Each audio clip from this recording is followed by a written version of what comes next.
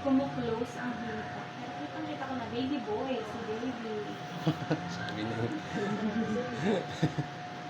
Tuwang-tuwa si daddy. Kaya nakakulit yun.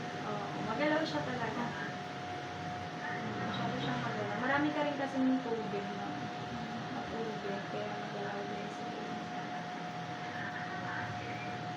Oops! Ang hirap bukaan ng sakto. Ayan. Ito yung kabilang hita ay yung kabila. Ayun. Kita-kita yung maliit-liit. Ay. Ito. Sa ulo. Sabihin, nakatama ang posisyon. Pero syempre, hindi pa rin ganun kalaki. So, may chance pa rin na umito. Pero I'm sure na siya. Kita ng itlog. May lawit talaga.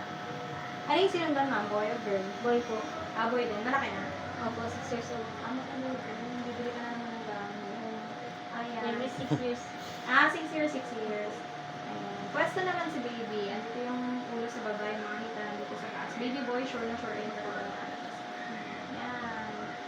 Okay na, okay na. Ang lakas ng tibok ng puso. Ayun. Very good. Normal. So, okay naman siya. Ayan yung inuman. Yung mga kulay itim, tubig yan. Ang daming tubig. Nakalutang siya sa maraming tubig kaya siya yung Kaya magalaw. pala hindi ko take years. Okay na, okay. Sure na, sure na, sure.